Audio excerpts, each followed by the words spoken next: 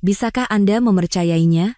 Tepat di tengah ruang tamu rumah saya, ibu mertua saya, sambil menggandeng lengan wanita simpanan suami saya yang sedang hamil, meletakkan selembar cek di atas meja dan memberiku ultimatum paling kejam di dunia. Ambil uang 2,5 miliar rupiah ini, dan enyah dari rumah ini sekarang juga. Putraku tidak butuh wanita tak berguna sepertimu. Ia butuh wanita yang bisa memberinya seorang putra untuk melanjutkan garis keturunan keluarga kami. Saat itu, saya tidak menangis. Saya hanya membeku. Pandangan saya beralih ke pria yang selama 5 tahun terakhir saya panggil suami. Ia hanya menundukkan kepala, membisu seperti patung batu. Keheningannya 1000 kali lebih menyakitkan daripada kata-kata hinaan ibu mertuanya, tapi mereka tidak tahu bahwa di dalam gaun longgar saya, sebuah kehidupan kecil, sebuah rahasia luar biasa, sedang bertumbuh, dan bahwa kekejaman mereka hari ini akan menjadi awal dari kehancuran mereka esok hari. Nama saya Anissa Putri. Malam itu, saya menyiapkan makan malam istimewa. Saya menyalakan lilin-lilin aromaterapi, hati saya dipenuhi kegembiraan dan antisipasi. Saya ingin memberitakan kabar gembira kepada suami saya, Reza Mahendra. Tes pack menunjukkan 2 garis, dan foto USG dari rumah sakit telah memastikan bahwa setelah penantian panjang, saya akhirnya hamil.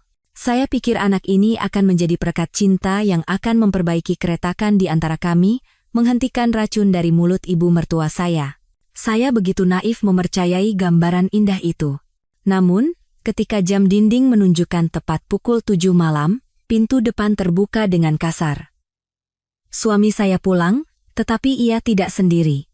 Di sampingnya berdiri ibu mertuanya, Ibu Hartati, dan di belakang mereka, seorang wanita muda cantik yang asing, mengenakan gaun desainer mahal. Tapi yang paling membuat saya syok adalah caranya merangkul lengan suami saya dengan begitu mesra dan posesif. "Siapa Anda?" Saya tergagap. Jantung saya serasa diremas. Suami saya tidak berani menatap mata saya. Ia mencoba melepaskan lengannya dari wanita muda itu dengan canggung, tetapi ibu mertuanya sudah melangkah maju. Ia berdiri menghalangi putranya, menatap saya dengan sorot mata penuh kemenangan dan penghinaan. "Ada seseorang yang perlu kuperkenalkan," katanya dengan nada mengejek. "Ini Karina Tirtayasa, putri dari Bapak Suryo Tirtayasa, pemilik Tirtayasa Pharma, mitra terbesar rumah sakit tempat Reza bekerja. Dan Karina sedang mengandung cucuku, darah daging putraku, sesuatu yang tidak pernah bisa kau berikan padaku." Setiap kata yang diucapkannya bagaikan hantaman palu, saya merasa lumpuh. Lantai di bawah kaki saya terasa berputar. Suami saya telah mengkhianati saya. Ia akan memiliki anak dengan wanita lain. Dan wanita itu adalah putri seorang konglomerat perkasa. Tiba-tiba semua kepingan teka-teki yang berserakan menjadi satu. Hari-hari ketika ia pulang larut dengan alasan rapat, panggilan telepon rahasia di kamar mandi, bahkan dasi bermerek yang katanya adalah hadiah. Sekarang saya mengerti. Dasi itu bermerek sama dengan tas yang ditenteng wanita itu. "Kenapa? Kenapa kalian memanggil saya?" Saya berusaha menahan getaran dalam suara saya, meskipun seluruh dunia saya sedang runtuh. "Cerdas juga kau," cibir Ibu Hartati. "Kami memanggilmu untuk memberimu pilihan. Pilihan yang manusiawi." Ia mengeluarkan setumpuk dokumen dan selembar cek dari tasnya, lalu melemparkannya ke meja di depan saya. "Ini surat cerai. Reza sudah menandatanganinya. Dan ini 2,5 miliar rupiah. Ambil uang ini, tanda tangani suratnya, dan segera enyah dari rumah ini. Anggap saja ini sedekah dari keluarga kami untuk 5 tahun masa mudamu. 2,5 miliar rupiah. Sedekah." Betapa akrab dan hinanya kata-kata itu. Saya menatap suami saya, mengharapkan penjelasan, pembelaan apapun, tetapi tidak ada. Ia masih membisu, menunduk, dengan kepalan tangan yang erat. Keheningannya adalah jawaban. Ia adalah kaki tangan. Ia menyetujui segalanya. Ia memilih kehormatan dan uang, dan membuang saya. Ia melemparkan hubungan 5 tahun kami seperti sampah. Karina melangkah maju, duduk di sofa, dan menyilangkan kakinya dengan angkuh. Ia mengelus perutnya, menatap saya dengan tatapan pemenang. "Mbak Anissa, sebaiknya Anda bersikap bijak. Mas Reza mencintaiku, dan aku bisa memberinya kesuksesan yang tidak akan bisa kau berikan seumur hidupmu. Ambil saja uangnya dan pergi. Jangan mempersulit keadaan. Jangan mempersulit keadaan. Betapa lucunya. Merekalah yang menciptakan tragedi ini. Tangan saya yang berada di atas paha tanpa sadar mengepal erat.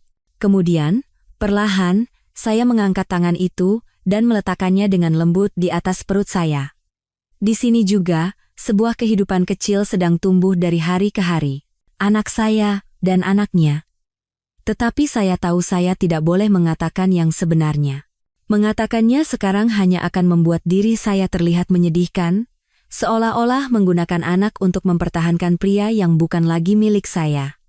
Anak saya tidak pantas menjadi alat seperti itu. Ia pantas mendapatkan kehidupan yang lebih baik di sisi seorang ibu yang kuat, bukan ibu yang mengemis cinta. Rasa dingin yang mengerikan tiba-tiba menyelimuti jiwa saya.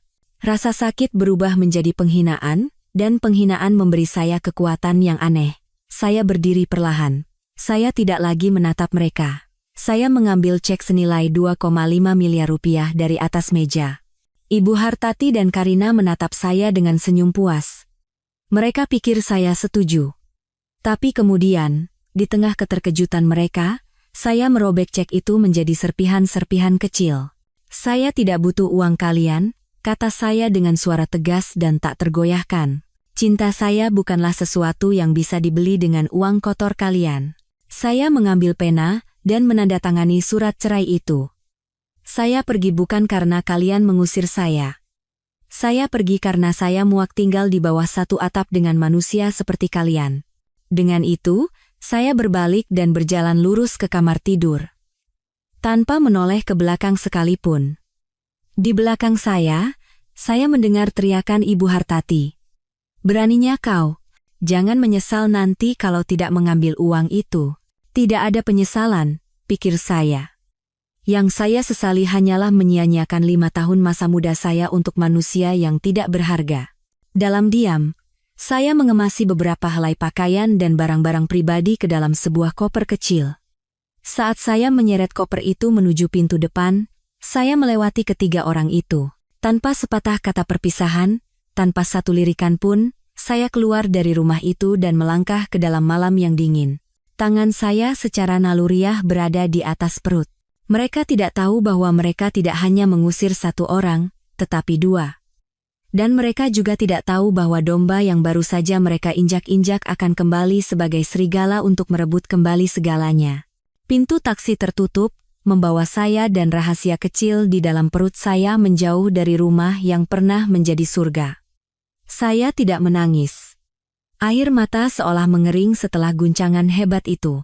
Saya hanya duduk, menatap tanpa kata pada lampu-lampu jalan yang kabur di tengah malam. Jiwa saya kosong.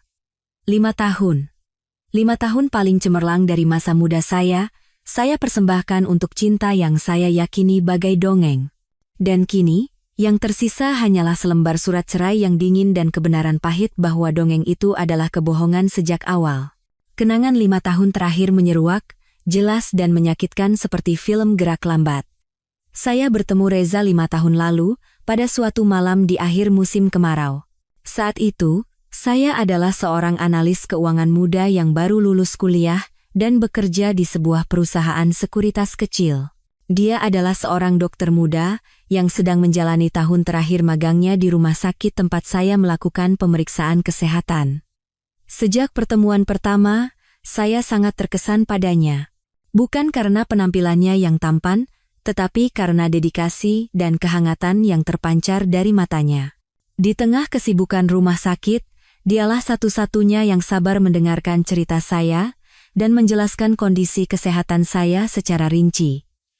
Sentuhan tangannya saat memeriksa begitu lembut dan profesional. Ia memiliki senyum yang sangat ramah, senyum yang seolah bisa menghapus semua kekhawatiran dan kecemasan pasien. Setelah itu, kami beberapa kali bertemu secara kebetulan di kantin rumah sakit, dan percakapan pun dimulai. Ia bercerita tentang giliran malam yang berat dan tekanan di dunia medis, tetapi selalu ada binar semangat dalam suaranya, hasrat untuk menyelamatkan orang. Saya bercerita padanya tentang dunia saya yang kering, penuh dengan angka dan grafik saham. Ia mendengarkan dengan penuh kekaguman, matanya dipenuhi rasa hormat. "Kamu wanita yang sangat cerdas. Aku kagum kamu bisa mengerti hal-hal rumit seperti itu." Cinta kami datang dengan sangat alami. Dibangun dari kencan makan malam singkat setelah jam kerjanya selesai, dari masakan rumah yang saya antarkan ke rumah sakit, dari pesan-pesan dukungan dan perhatian yang kami kirimkan setiap hari. Ia tidak kaya. Gaji seorang dokter muda hanya cukup untuk hidup, dan ia harus mengirim sedikit uang untuk ibunya di kampung. Tetapi ia tidak pernah membuat saya merasa kekurangan. Ia lebih memilih memakai kemeja usang, tetapi menabung sebulan gajinya untuk membelikanku baju baru. Ia lebih memilih makan mie instan cup sepanjang minggu, tetapi di akhir pekan, ia selalu mengajakku ke restoran yang bagus. Ia berkata, "Maafkan aku karena sekarang belum bisa memberimu kehidupan yang layak. Tapi percayalah padaku, setelah masa sulit ini berlalu, aku pasti akan membahagiakanmu." Saya mempercayai kata-katanya. Saya tidak butuh materi, saya hanya butuh ketulusannya. Dan tidak hanya dengan kata-kata, saya diam-diam mendukung kariernya menggunakan kemampuan saya, kemampuan yang tidak pernah saya katakan kepada siapapun, bahkan kepadanya. Saya punya rahasia. Di luar, saya tampak seperti seorang karyawati biasa dengan gaji pas-pasan, tetapi sebenarnya, saya adalah seorang investor anonim di pasar saham. Itu adalah bakat alami yang saya temukan sejak kuliah. Saya memiliki kepekaan khusus terhadap angka. Saya bisa menganalisis dan memprediksi pergerakan pasar dengan akurasi yang luar biasa. Dengan warisan kecil yang ditinggalkan oleh orang tua saya setelah mereka meninggal dalam sebuah kecelakaan, saya mulai berinvestasi secara diam-diam, dan uang itu berkembang menjadi jumlah yang mungkin tidak akan bisa didapatkan banyak orang seumur hidup mereka. Saya tidak menggunakan uang itu untuk kemewahan. Saya terus hidup sederhana. Saya takut kekayaan akan mengubah saya dan menarik orang-orang yang tidak tulus. Saya hanya ingin mencari seorang pria yang mencintai saya apa adanya, sebagai Anissa Putri yang biasa. Dan ketika bertemu Reza, saya pikir saya telah menemukannya. Saya menggunakan bakat dan dana rahasia saya untuk menjadi batu loncatannya. Ia berbakat, tetapi di lingkungan rumah sakit yang kompleks, bakat saja tidak cukup. Ia butuh kesempatan dan koneksi. Menggunakan dana investasi saya atas nama lain, saya menyumbangkan sejumlah besar uang ke rumah sakit dengan dalih pembelian peralatan medis. Sebagai imbalannya, saya hanya meminta satu syarat, berikan kesempatan kepada dokter-dokter muda berbakat seperti Reza untuk berpartisipasi dalam operasi besar dan mendapatkan beasiswa ke luar negeri. Dan kesempatan itu datang. Ia terpilih masuk ke dalam tim untuk melakukan operasi jantung yang rumit, yang sebelumnya hanya diperuntukkan bagi dokter-dokter setingkat kepala departemen. Ia melakukannya dengan cemerlang. Namanya mulai dikenal. Kemudian, ia mendapatkan beasiswa jangka pendek ke Swiss untuk mempelajari teknologi medis canggih. Sekembalinya, ia seolah memiliki sayap. Ia berhasil melakukan serangkaian operasi rumit, menyelamatkan banyak pasien. Ia dengan cepat naik pangkat dari seorang dokter residen biasa menjadi salah satu ahli bedah termuda dan paling kompeten di rumah sakit. Ia begitu bahagia. Ia memelukku dan berkata semua itu berkat keberuntungan dan dukunganku yang tak tergoyahkan. Ia tidak tahu bahwa dewi keberuntungannya adalah wanita yang sedang berada dalam pelukannya. Saya tidak memberitahunya kebenarannya. Saya tidak ingin ia merasa rendah diri. Saya hanya ingin diam-diam melihat kesuksesan dan kebahagiaannya dari belakang. Saya naif percaya bahwa pengorbanan diam-diam saya akan dibalas dengan cinta abadi. Selama 5 tahun, saya memupuk cinta ini, kariernya, dengan semua yang saya miliki. Saya membangun jalan bertabur mawar untuknya dengan tangan saya sendiri, tetapi saya tidak pernah menyangka bahwa saat ia berjalan di atasnya, orang yang berada di sisinya bukanlah saya. Setelah posisi Reza di rumah sakit mapan, kami memutuskan untuk menikah. Keputusan yang sudah lama saya nantikan, tetapi justru dari sanalah keretakan pertama dalam kisah cinta kami dimulai. Dan orang yang menciptakan keretakan itu tidak lain adalah ibunya, Ibu Hartati. Ketika ia pertama kali memperkenalkan saya, ibunya menyambut saya dengan senyum hangat di luar. Tetapi di balik senyum itu, saya merasakan tatapan dingin dan penuh perhitungan yang menelanjangi saya. Ia tidak bertanya tentang pekerjaan atau kepribadian saya, melainkan hanya pertanyaan seperti, orang tuamu kerja apa, berapa bersaudara, gajimu berapa? Ketika ia tahu saya seorang yatim piatu dan hidup sederhana, senyum di bibirnya sedikit memudar. Sejak saat itu, ia mulai ikut campur dalam hubungan kami. Ia sering menelepon Reza, menyiratkan bahwa saya bukanlah pasangan yang sepadan untuknya. Anakku, kamu sekarang dokter terpandang. Saya hanya ingin diam-diam melihat kesuksesan dan kebahagiaannya dari belakang. Saya naif percaya bahwa pengorbanan diam-diam saya akan dibalas dengan cinta abadi. Selama 5 tahun, saya memupuk cinta ini, kariernya, dengan semua yang saya miliki. Saya membangun jalan bertabur mawar untuknya dengan tangan saya sendiri, tetapi saya tidak pernah menyangka bahwa saat ia berjalan di atasnya, orang yang berada di sisinya bukanlah saya. Ia dengan cepat naik pangkat dari seorang dokter residen biasa menjadi salah satu ahli bedah termuda dan paling kompeten di rumah sakit. Ia begitu bahagia. Ia memelukku dan berkata semua itu berkat keberuntungan dan dukunganku yang tak tergoyahkan. Ia tidak tahu bahwa dewi keberuntungannya adalah wanita yang sedang berada dalam pelukannya. Saya tidak memberitahunya kebenarannya. Saya tidak ingin ia merasa rendah diri. Pernikahan itu bukan hanya dengan orang yang kau cintai, tapi juga dengan orang yang bisa membantu kariermu. Anak itu mungkin baik, tapi dengan latar belakangnya, dia hanya akan menjadi beban untukmu. Lihat itu putri direktur RSUD, cantik dan dari keluarga terpandang. Kalau kamu menikah dengannya, kariermu pasti akan lebih mulus, kan? Awalnya, Reza membela saya. Ia bertengkar dengan ibunya. Ibu, jangan bicara seperti itu. Aku mencintai Anissa apa adanya, bukan karena hal lain. Dengan dalih rapat kerja, ia terus-menerus mengundangnya ke restoran-restoran paling mewah dan klub-klub sosial. Ia menunjukkan padanya dunia yang berbeda. Dunia kekuasaan dan kemewahan, dunia yang belum pernah ia alami. Dan yang terpenting, ia tepat sasaran mengenai inti ambisi ibunya.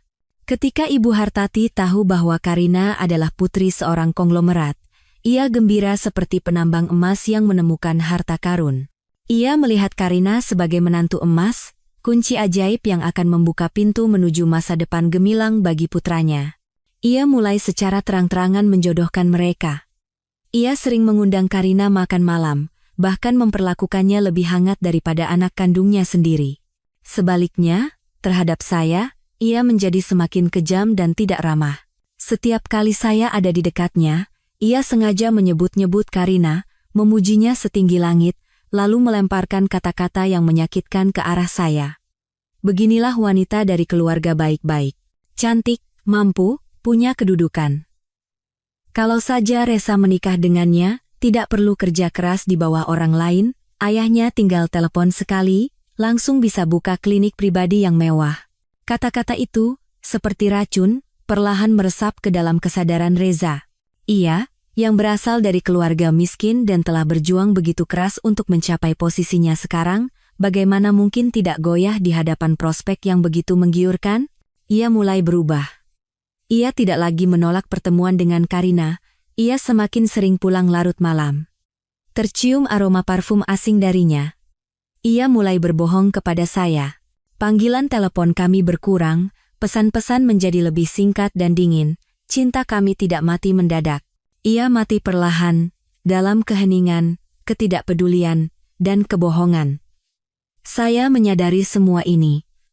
Hati saya sakit tak tertahankan. Tetapi saya tidak membuat keributan atau drama cemburu. Saya hanya diam-diam berharap. Berharap ini hanya angin lalu. Berharap ia pada akhirnya akan sadar siapa yang benar-benar mencintainya dan kembali kepada saya.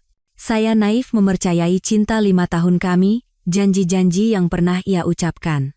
Tetapi saya tidak tahu, ketika hati seorang pria telah berubah, dan ambisinya telah mengalahkan cintanya, semua harapan menjadi sia-sia. Keretakan itu semakin membesar dari hari ke hari, dan hari kehancuran pernikahan kami semakin dekat.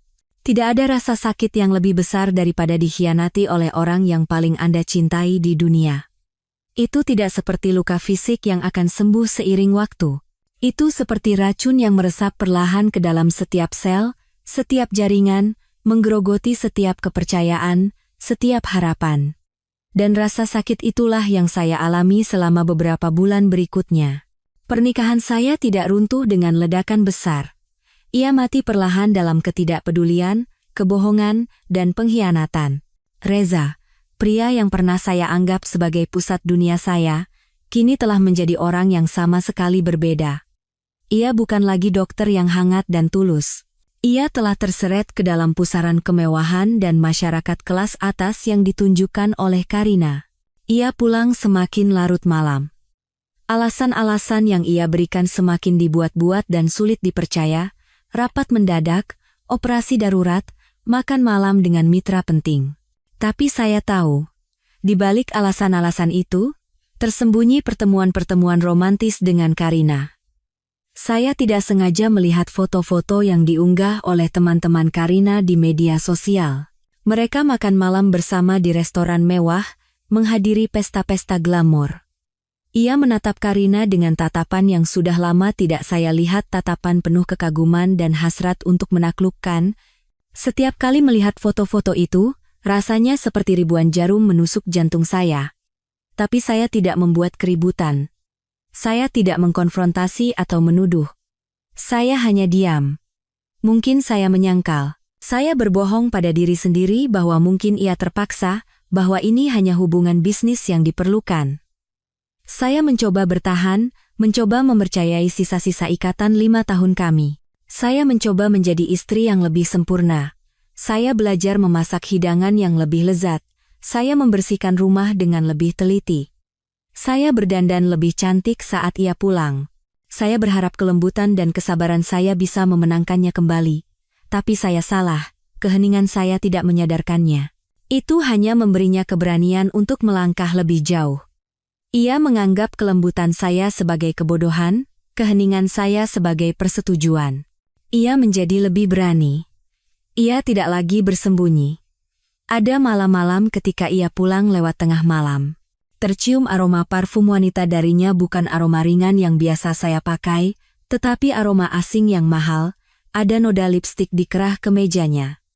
Ketika saya bertanya, ia bahkan tidak mencoba menyangkal. Ia hanya menepis tangan saya dan berkata dengan suara dingin dan lelah, "Jangan bertanya lagi. Aku lelah." Ibu mertua saya, Ibu Hartati, bersorak secara terang-terangan. Ia menganggap penderitaan saya sebagai kemenangannya. Ia tidak berhenti menaburkan garam di atas luka saya.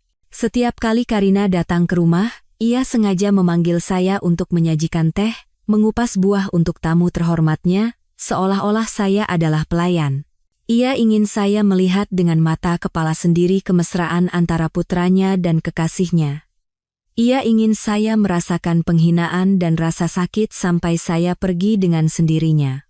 Anissa ini penurut dan penurut sekali, "Nak," katanya pada Karina, tetapi matanya menatap saya. "Nanti kalau kamu jadi menantu di rumah ini, biar dia yang melayani dan merawatmu di sini, kamu tidak perlu mengangkat satu jari pun." Ia melihat saya sebagai pelayan-pelayan gratis untuk calon menantunya. Kekejaman ibu mertua, kelemahan suami, dan keangkuhan selingkuhannya. Semua ini menjadi cengkeraman yang menekan hidup saya, mencekik sisa-sisa harapan terakhir saya. Saya hidup seperti di neraka pada masa itu. Berat badan saya turun, saya terlihat kuyu. Senyum benar-benar lenyap dari bibir saya. Saya berpikir untuk menyerah, bercerai, dan membebaskan diri, tetapi saya tidak bisa memutuskan. 5 tahun cinta, bisakah saya melupakannya begitu saja? Saya masih mencintainya, dan saya masih berharap akan keajaiban. Dan keajaiban itu benar-benar datang. Tetapi ia datang di saat yang paling tidak mungkin. Ketika pernikahan saya berada di titik tergelapnya, ketika saya berada di ambang keputusasaan, secercah cahaya muncul. Saya mengetahui bahwa saya hamil. Perasaan saat pertama kali, saya melihat tespek dengan 2 garis merah itu ajaib. Semua rasa sakit, semua luka di dalam diri saya seolah meleleh, digantikan oleh kebahagiaan tak berujung, oleh air mata haru. Saya akan menjadi seorang ibu, saya akan punya anak. Buah dari cinta kami. Saya memeluk tespek itu dan menangis sendirian di kamar mandi. Tapi kali ini, bukan air mata penderitaan, melainkan air mata kebahagiaan. Anak ini bukan sekadar kehidupan kecil. Ia adalah satu-satunya harapan saya. Saat itu, saya naif percaya bahwa kehadiran anak ini akan menjadi keajaiban yang menyelamatkan pernikahan kami yang diambang jurang. Saya pikir, jika Reza tahu ia akan menjadi seorang ayah, ia pasti akan berubah. Ia akan mengerti apa arti keluarga yang sesungguhnya. Ia akan kembali kepada saya, dan kami akan membangun kembali rumah tangga yang bahagia. Dia, saya, dan anak kami. Harapan itu memberi saya kekuatan yang aneh. Saya tidak lagi murung dan menderita. Saya mulai merawat diri saya dengan lebih baik. Saya makan makanan bergizi. Saya membaca buku-buku tentang pengasuhan anak. Saya ingin mempersiapkan segalanya dengan sempurna untuk menyambut malaikat kecil saya. Saya bahkan membuat sebuah rencana. Saya tidak akan memberitahukan kabar ini melalui telepon atau dengan cara biasa. Saya ingin memberinya kejutan besar, kejutan yang bisa meluluhkan hatinya yang telah mendingin. Saya memilih hari ulang tahun pernikahan kami yang kelima sebagai hari untuk melaksanakan rencana itu. Saya mengambil cuti, menghabiskan sepanjang hari mendekorasi rumah.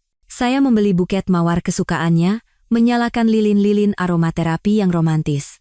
Saya masuk ke dapur dan memasak semua hidangan yang paling ia puji saat kami pertama kali bertemu. Saya bahkan mencari dan membeli anggur yang sama dengan yang kami minum pada malam ia melamarku. Saya ingin menciptakan kembali suasana hari-hari paling bahagia kami untuk mengingatkannya betapa kami pernah saling mencintai. Saya dengan hati-hati meletakkan tespek 2 garis dan foto USG dengan gambar samar kehidupan kecil di dalam sebuah kotak kado yang cantik dan meletakkannya di tengah meja makan.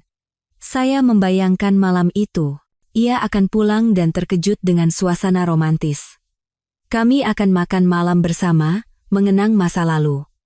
Dan kemudian, saya akan memberinya kotak ini. Ia akan membukanya, terdiam sejenak, lalu meledak dalam kebahagiaan. Ia akan memeluk saya erat-erat, meminta maaf, dan berjanji tidak akan pernah meninggalkan kami berdua, saya dan anak kami.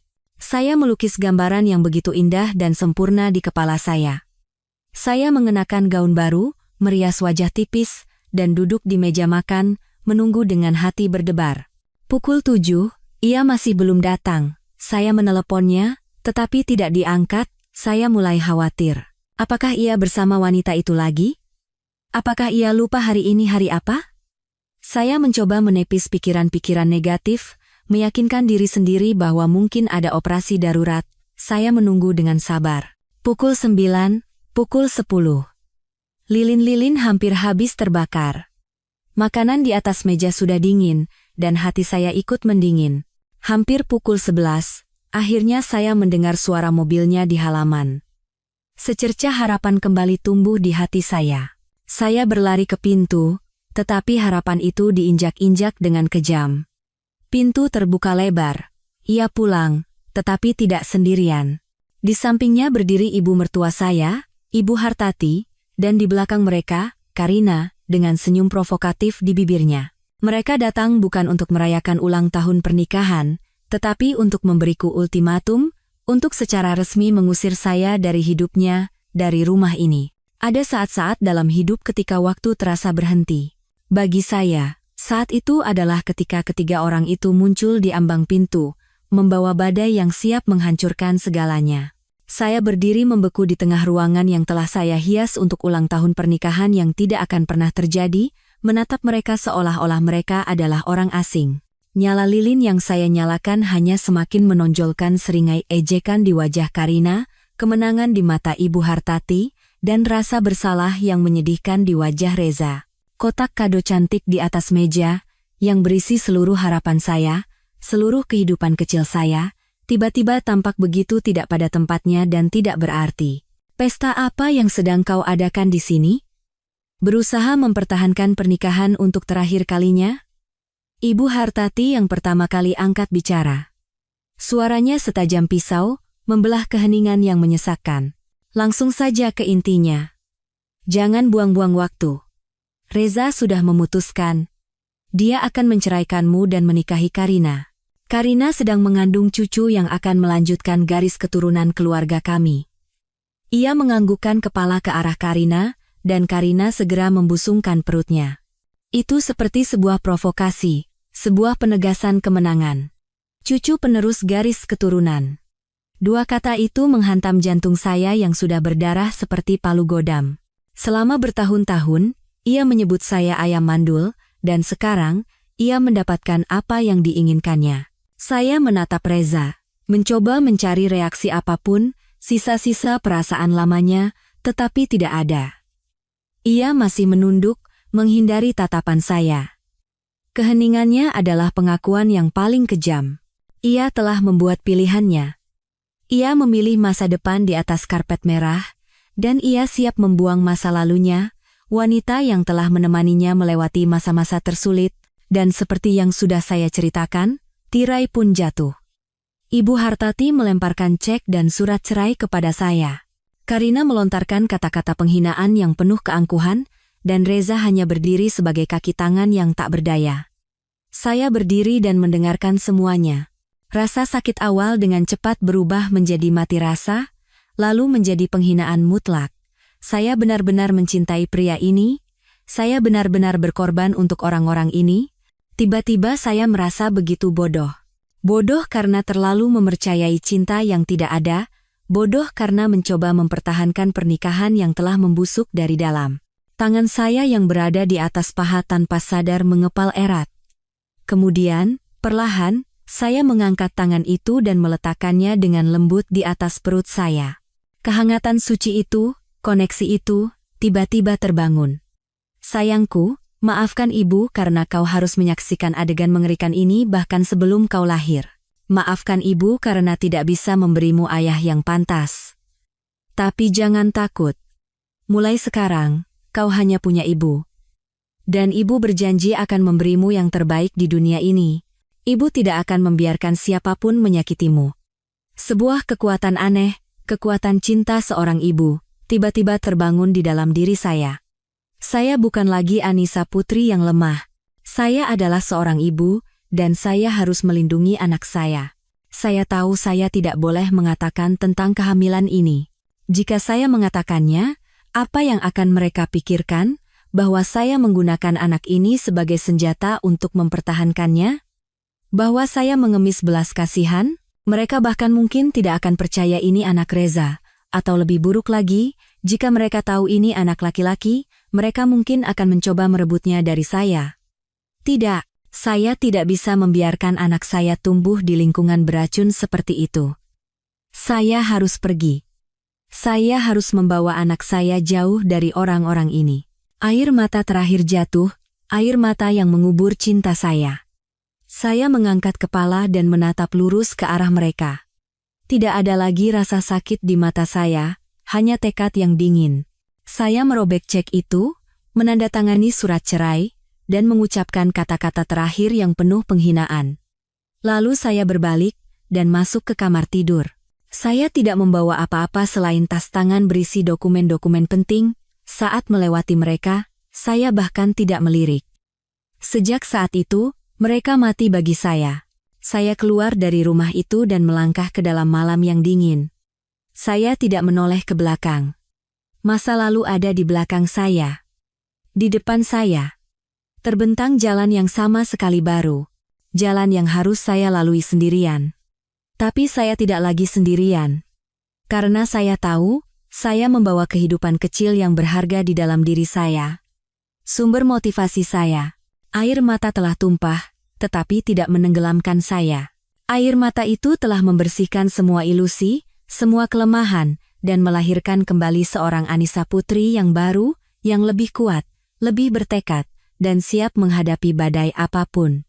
Anda mungkin berpikir bahwa setelah pengkhianatan suami saya, penghinaan dari keluarganya, dan ditinggalkan sendirian saat hamil, saya akan hancur, menangis, mencari tempat untuk meratapi nasib, tapi saya tidak melakukannya.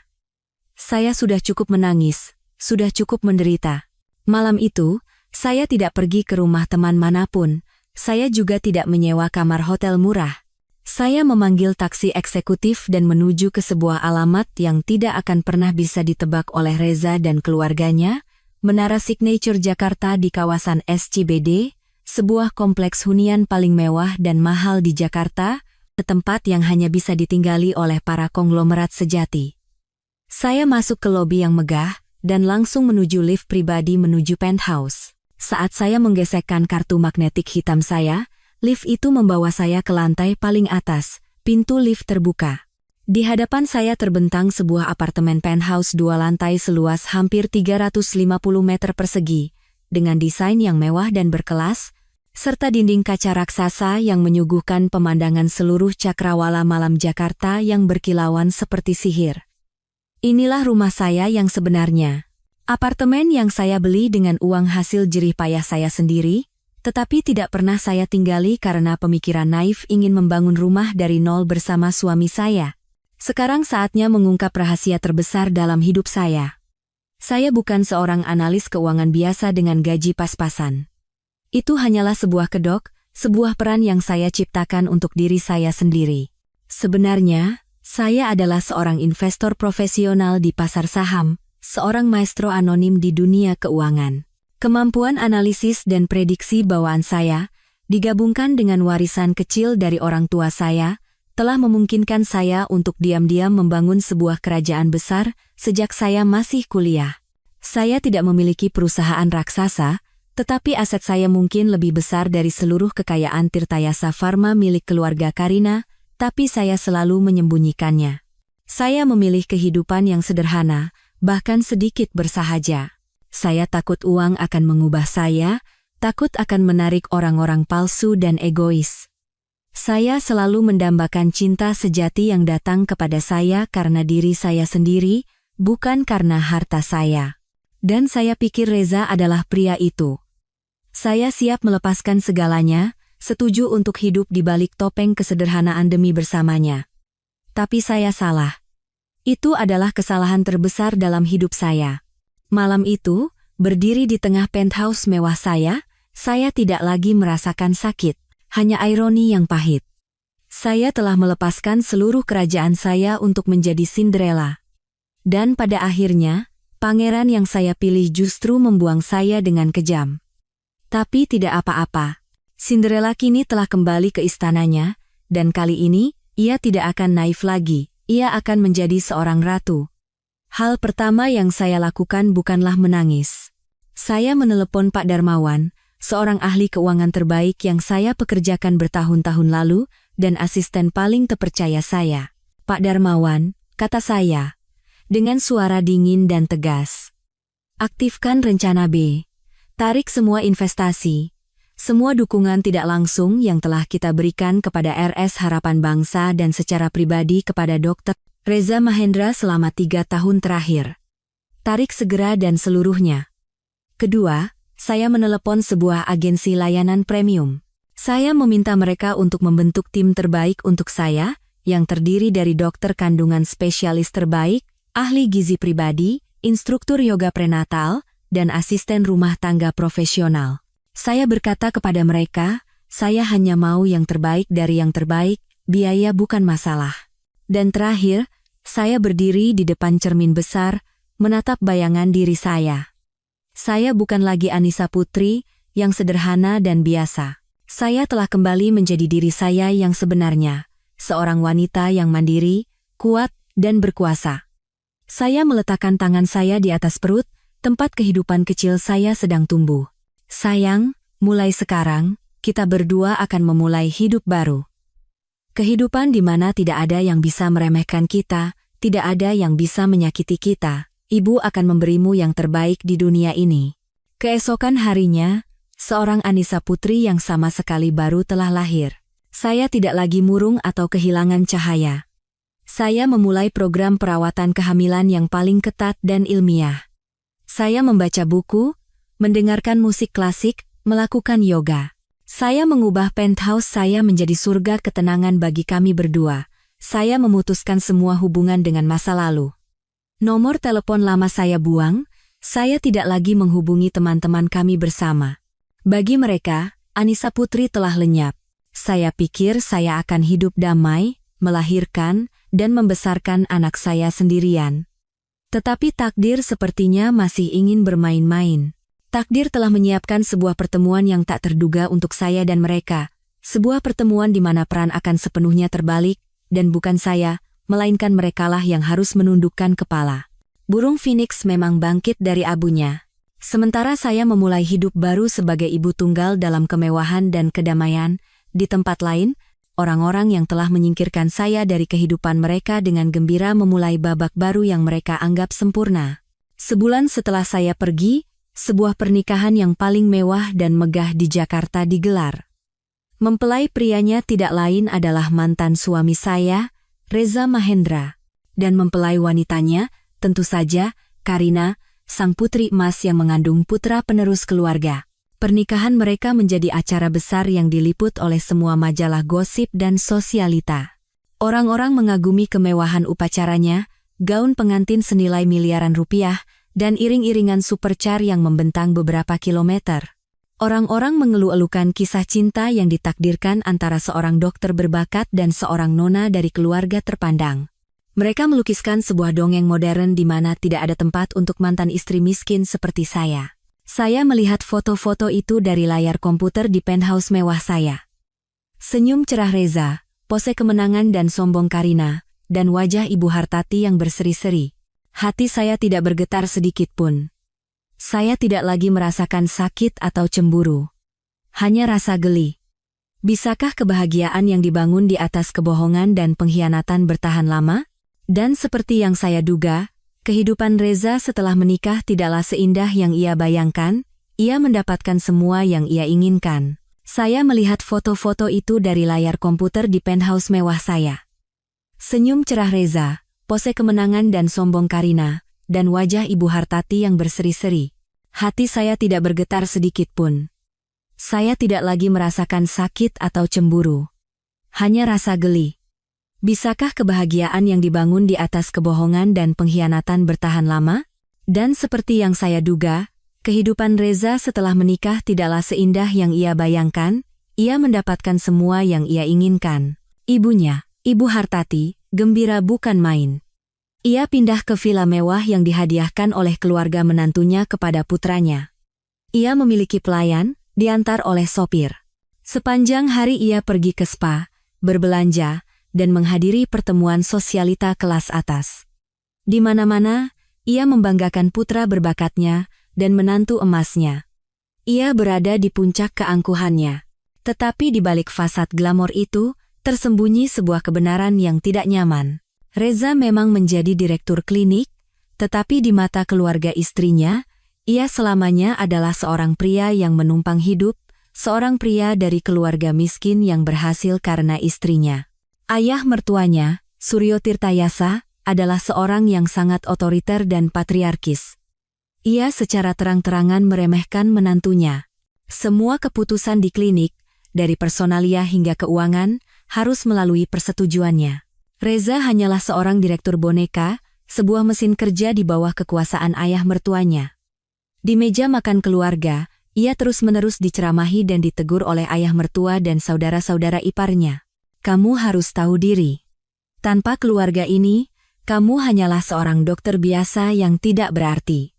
Kata-kata ini menusuk seperti duri di hati Reza, yang memiliki harga diri yang besar. Kehidupan pernikahannya juga tidak bahagia. Karina, setelah mendapatkan apa yang diinginkannya, dengan cepat menunjukkan sifat aslinya sebagai seorang nona manja dan temperamental. Ia sama sekali tidak tertarik pada pekerjaan suaminya, juga tidak mengurus rumah tangga. Ia menghabiskan waktunya sepanjang hari untuk berbelanja dan bertemu teman-temannya. Kehamilannya, yang merupakan senjata untuk mendapatkan pernikahan ini, kini menjadi alasan untuk menyiksa suaminya. Ia menyuruhnya melayaninya, memaksanya untuk menuruti semua keinginannya. Jika Reza melakukan sesuatu yang salah, ia akan menangis dan mengancam akan mengadu kepada ayahnya. Dan setiap kali, Reza harus menunduk dan meminta maaf. Ia hidup di bawah tekanan yang menyesakkan, kehilangan semua kebebasan dan suara sebagai seorang pria. Ia mulai menyesal.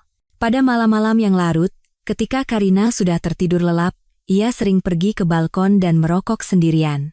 Ia teringat hari-hari lamanya, hari-hari yang miskin tetapi luar biasa bahagia bersamaku.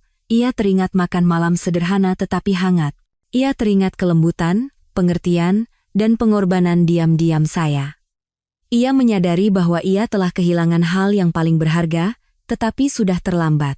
Ia telah memilih jalan ini sendiri, dan tidak ada jalan untuk kembali. Ia hanya bisa mengertakkan gigi, bertahan, dan terus menjalani kehidupan bahagianya yang palsu. Ia tidak tahu bahwa ini barulah permulaan. Bahwa sebuah badai tersembunyi, sebuah pembalasan dendam yang cerdas dan kejam, sedang diam-diam dipersiapkan dan akan segera menimpanya, menyapu bersih semua yang ia miliki. Sementara keluarganya mabuk dalam kemenangan palsu mereka, di tempat lain, di penthouse saya di puncak menara Signature, saya diam-diam memulai permainan saya. Saya tidak memilih balas dendam melalui skandal atau intrik.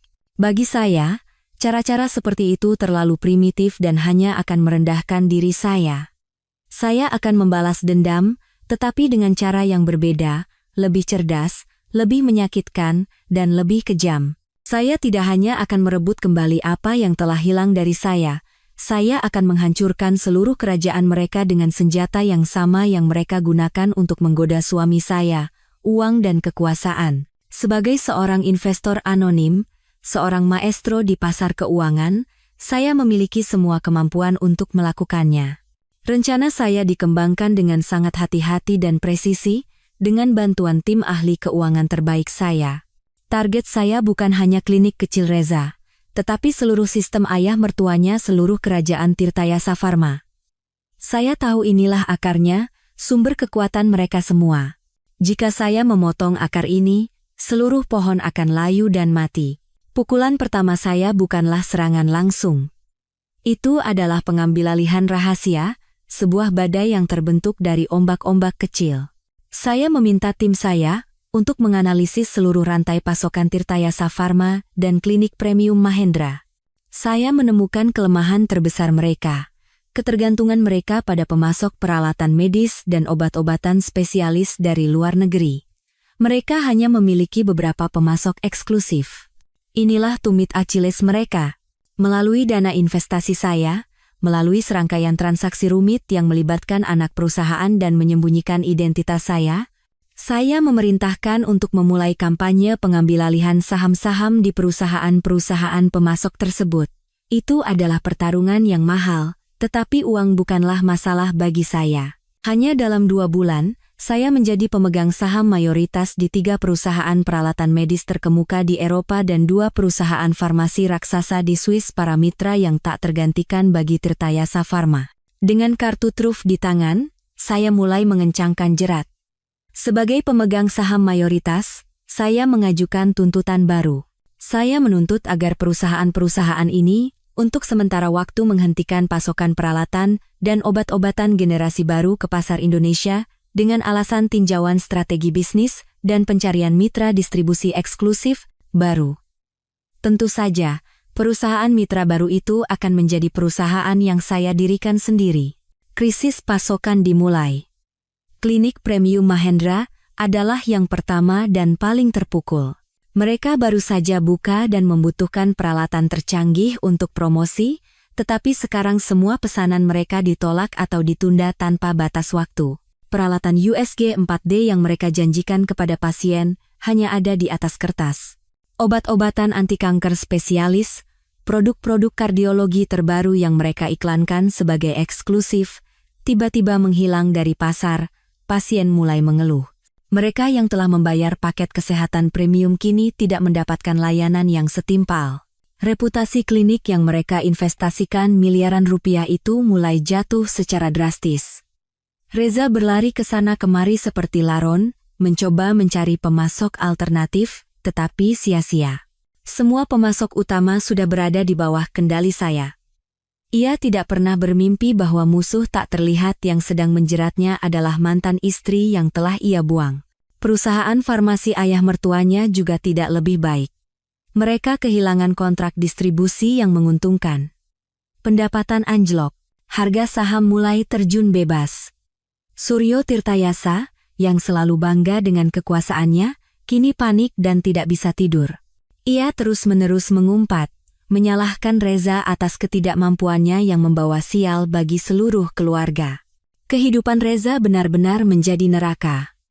Pekerjaan hancur. Di rumah, ia dihina oleh ayah mertuanya. Istrinya menuntut dan cemburu sepanjang hari. Ia menderita insomnia, berat badannya turun drastis. Ia menyadari harga dari pilihannya, tetapi ia belum tahu bahwa badai ini baru saja dimulai. Pukulan saya berikutnya akan lebih dahsyat. Itu akan menghancurkan tidak hanya kariernya, tetapi juga harapan terakhirnya. Dan itu akan terjadi pada hari yang paling tidak ia duga, di saat yang paling tidak ia sangka.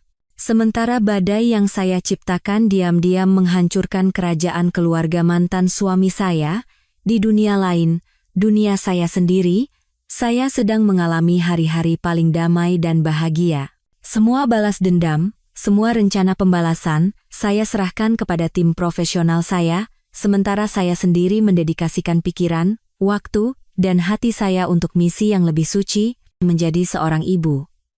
Periode kehamilan 9 bulan 10 hari bisa menjadi masa yang sulit bagi banyak wanita, terutama jika sendirian tanpa suami. Tetapi bagi saya, itu adalah hadiah yang tak ternilai, sebuah perjalanan penemuan diri dan cinta diri yang belum pernah saya alami sebelumnya. Saya bukan lagi Anissa yang selalu sibuk untuk orang lain. Kini, saya belajar untuk hidup lebih lambat, untuk mencintai dan merawat tubuh saya, untuk merasakan setiap gerakan kehidupan kecil yang tumbuh di dalam diri saya. Setiap pagi, saya tidak lagi terburu-buru pergi. Saya bangun dengan alunan musik klasik, menyiapkan sendiri sarapan bergizi sesuai menu dari ahli. Saya menghabiskan berjam-jam membaca, bukan buku-buku keuangan yang kering, tetapi buku-buku tentang pengasuhan anak, karya-karya sastra klasik. Saya ingin anak saya terpapar pada hal-hal yang paling indah dan murni sejak dalam kandungan. Penthouse saya berubah menjadi taman surga. Di mana-mana ada tanaman hijau dan bunga-bunga segar. Saya mendekorasi sebuah ruangan besar menjadi kamar bayi, mendesainnya sendiri, memilih sendiri setiap perabotan, setiap mainan kecil. Semuanya harus yang terbaik, yang paling aman. Saya tidak segan-segan mengeluarkan biaya untuk mempekerjakan para ahli terbaik untuk memastikan anak saya lahir dan tumbuh dalam kondisi ideal. Setiap hari, seorang instruktur yoga pribadi datang untuk mengajari saya gerakan-gerakan lembut yang menjaga tubuh saya tetap lentur dan sehat. Setiap akhir pekan, ada kelas persiapan persalinan dan perawatan bayi baru lahir. Saya mempersiapkan segalanya, tidak hanya dengan uang, tetapi dengan seluruh cinta seorang ibu. Saya tidak merasa kesepian sama sekali. Justru, saya merasa lebih penuh dari sebelumnya. Anak di dalam kandungan saya adalah teman terbaik. Setiap kali saya merasakan tendangan ringannya, setiap kali saya melihat perut saya membesar, hati saya dipenuhi kebahagiaan yang tak terlukiskan. Saya sering berbicara dengannya, membacakan dongeng, menyanyikan lagu Nina Bobo. Saya ingin ia tahu bahwa sekompleks dan sekejam apapun dunia di luar sana, di dalam pelukan ibunya, ia akan selalu aman dan dicintai tanpa syarat. Tentu, ada saat-saat di malam yang sunyi ketika kesedihan masa lalu tiba-tiba datang. Ketika saya melihat pasangan yang bergandengan tangan bahagia, seorang pria mengelus lembut perut istrinya, hati saya terasa perih. Saya bertanya pada diri sendiri, mengapa anak saya tidak bisa memiliki cinta yang utuh seperti itu? Tapi saya cepat-cepat menepis pikiran-pikiran lemah itu. Saya berkata pada diri sendiri, lebih baik tidak punya ayah sama sekali daripada punya ayah yang buruk, ayah yang telah dengan kejam membuang ibu dan anaknya. Anak saya tidak butuh ayah seperti itu. Anak saya hanya butuh saya, dan itu sudah cukup. Pengkhianatan Reza tidak menghancurkan saya, justru menempa kemandirian dan kekuatan luar biasa dalam diri saya. Dan hari yang paling saya nantikan pun tiba. Saya memilih RSIA Permata Ibu Premier, salah satu rumah sakit paling bergengsi dan mahal, untuk menyambut anak saya. Saya memesan paket persalinan VVIP, dengan tim medis pribadi, perawat, dan layanan medis terbaik. Saya tidak menahan biaya karena anak saya pantas mendapatkannya. Saya ingin momen kelahirannya menjadi yang paling suci dan sempurna, tapi bagaimana saya tahu? Pilihan yang tampaknya sempurna ini justru akan menjadi permainan ironis takdir yang akan melemparkan saya ke dalam pertemuan paling dramatis. Sementara saya dan anak saya melewati hari-hari yang paling damai dan bahagia, di tempat lain, badai yang telah saya tabur sedang mengamuk tanpa ampun. Klinik Premium Mahendra, kebanggaan dan harapan Reza dan seluruh keluarga istrinya, jatuh ke dalam krisis yang belum pernah terjadi sebelumnya. Badai tersembunyi yang saya ciptakan kini telah berubah menjadi tsunami, menerjang dan menghancurkan kerajaan mereka yang tampak kokoh. Krisis pasokan peralatan medis dan obat-obatan semakin parah. Semua pintu seolah tertutup di depan Reza. Ia terbang ke Eropa, mengunjungi kantor pusat para pemasok untuk bernegosiasi. Tetapi yang ia dapatkan hanyalah penolakan dingin, permintaan maaf sopan dengan alasan perubahan strategi bisnis. Ia tidak tahu bahwa orang yang membuat keputusan itu, investor anonim itu, duduk di ruang negosiasi. Ia pulang dengan kekalahan dan penghinaan. Klinik Premium Mahendra, yang dulunya adalah rumah sakit modern bertaraf internasional, kini kekurangan segalanya. Peralatan mahal dan canggih berhenti beroperasi tanpa suku cadang pengganti. Obat-obatan spesialis yang mereka gembar-gemborkan tiba-tiba lenyap, tidak ada stok untuk pasien. Pasien-pasien yang telah membayar mahal untuk layanan kesehatan internasional kini merasa tertipu. Mereka mulai mengeluh, menuntut, dan datang berbondong-bondong ke klinik untuk berdemonstrasi. Kembalikan uang kami, penipu, rumah sakit internasional kok lebih buruk dari puskesmas.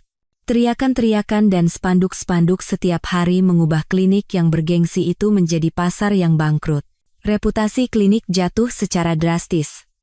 Dokter-dokter kompeten yang direkrut Reza dengan gaji tinggi mulai mengundurkan diri satu persatu. Mereka tidak mau mengubur reputasi mereka bersama dengan rumah sakit yang akan bangkrut. Reza berlari ke sana kemari seperti laron. Ia harus menghadapi pasien, mencoba mempertahankan staf, dan mencari pemasok baru. Tetapi semua usahanya sia-sia. Tangan saya telah menjangkau terlalu jauh, menjeratnya dari segala arah. Kehidupan rumah tangganya juga menjadi neraka.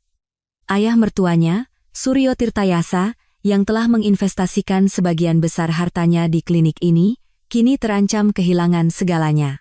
Ia melampiaskan semua amarahnya kepada menantunya. Pecundang. Tidak berguna. Aku percayakan hal seperti itu padamu, kau bahkan tidak bisa menjaganya. Apa yang bisa kau lakukan selain menumpang hidup di keluarga kami? Ia terus-menerus mengumpat setiap kali makan, di depan seluruh keluarga dan kerabat. Istrinya yang seperti putri, Karina, juga tidak lagi lembut dan penuh kasih. Ia melihat sumber uangnya mengering dan mengubah sikapnya. Bagaimana sih caramu bekerja? Bisa bayangkan tidak betapa malunya aku di depan teman-temanku karena ini? Kalau kau tidak bisa menyelesaikan masalah ini, jangan salahkan aku kalau aku bersikap kejam. Orang-orang yang dulu menyanjungnya setinggi langit kini bersatu untuk mendorongnya ke jurang penghinaan. Ia menyadari kebenaran yang pahit, mereka tidak pernah mencintai atau menghormatinya. Mereka menganggapnya sebagai alat, sebagai pion di papan catur kepentingan mereka. Ketika ia berguna, mereka memanjakannya, ketika ia gagal, mereka siap membuangnya tanpa ragu sedikit pun, dan hal yang paling kejam pun terjadi. Tirtayasa Pharma milik ayah mertuanya mulai runtuh di bawah dampak krisis pasokan dan serangan keuangan lain dari dana investasi saya. Harga sahamnya jatuh tanpa henti. Untuk menyelamatkan dirinya sendiri, Suryo Tirtayasa membuat keputusan kejam. Memotong tumor yang merugi, melepaskan tanggung jawab atas menantunya yang tidak kompeten, dengan mengumumkan kebangkrutan klinik Premium Mahendra. Reza kehilangan segalanya. Hanya dalam beberapa bulan, ia berubah dari seorang direktur muda, teladan kesuksesan, menjadi seorang pecundang yang bangkrut. Ia diusir dari klinik yang pernah ia banggakan. Ia harus keluar dari villa mewah, dan kembali tinggal di apartemen kecil bersama ibunya. Karina, setelah pertengkaran hebat, meninggalkannya. Anak yang dikandungnya tidak lagi menjadi ahli waris, melainkan sebuah beban. Reza benar-benar mengalami jatuh dari surga ke neraka. Ia menyadari harga dari pilihannya. Ia mendapatkan kehormatan dan uang, tetapi hanya untuk sesaat. Dan untuk mendapatkannya, ia telah kehilangan sesuatu yang jauh lebih berharga, cinta sejati, seorang wanita yang siap mengorbankan segalanya untuknya, dan seorang anak yang bahkan tidak ia ketahui keberadaannya. Pada hari-hari tergelap dan paling putus asa dalam hidupnya, bayangan saya muncul dalam kesadarannya, menghantui dan mengikutinya. Ia bertanya pada diri sendiri, di mana Anissa? Bagaimana kehidupannya?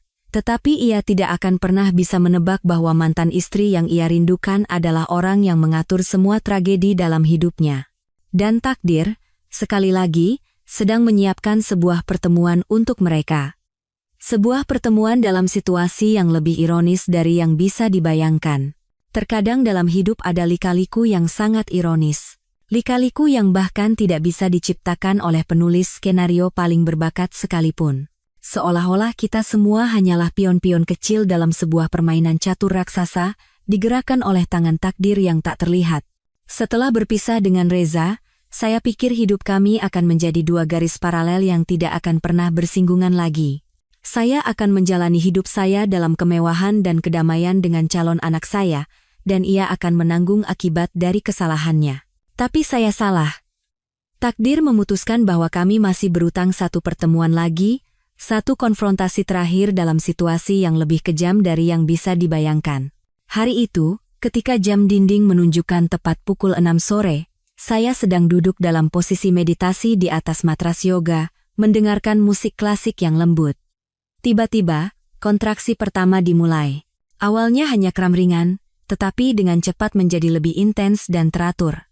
Saya tahu anak saya, malaikat kecil saya, telah memutuskan untuk datang lebih awal. Asisten saya, Pak Darmawan, seorang pria parubaya yang tenang dan profesional, tidak panik sedikit pun. Ia segera menelepon hotline AirAsia Permata Ibu Premier, tempat saya telah memesan paket persalinan royal beberapa bulan sebelumnya. Semuanya sudah siap. Ruang bersalin presidensial, tim medis terbaik yang dipimpin oleh Profesor Wardiman, yang dijuluki tangan emas di dunia ginekologi Indonesia, semuanya telah siaga menungguku. Ambulans dengan sirene yang meraung-raung membelah keheningan malam kota. Saya berbaring di atas brangkar, menggigit bibir agar tidak berteriak. Tangan saya secara naluriah berada di atas perut, berbisik kepada anak saya, "Sayang, jangan takut. Sebentar lagi kau akan bertemu ibu, kita bisa melewati ini bersama." Saya benar-benar tenang, mempercayai profesionalisme dan layanan terbaik yang telah saya bayar. Saya ingin anak saya lahir dalam kondisi ideal. Tapi seperti kata pepatah, takdir di tangan Tuhan, Profesor Wardiman mengalami kecelakaan lalu lintas yang parah dalam perjalanan dan tidak bisa datang tepat waktu. Situasi menjadi kritis.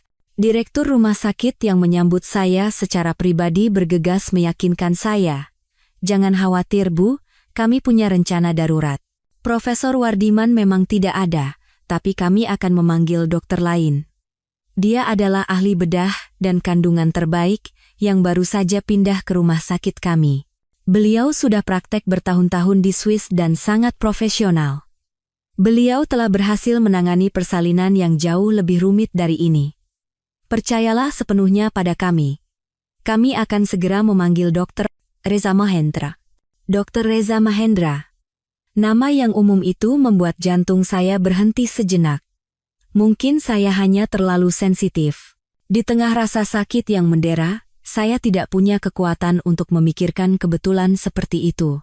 Saya hanya mengangguk dalam keadaan setengah sadar, menyerahkan nasib saya dan nasib bayi saya ke tangan rumah sakit dan Dr. Reza yang tidak dikenal itu. Saya dengan cepat dipindahkan ke ruang bersalin VVIP.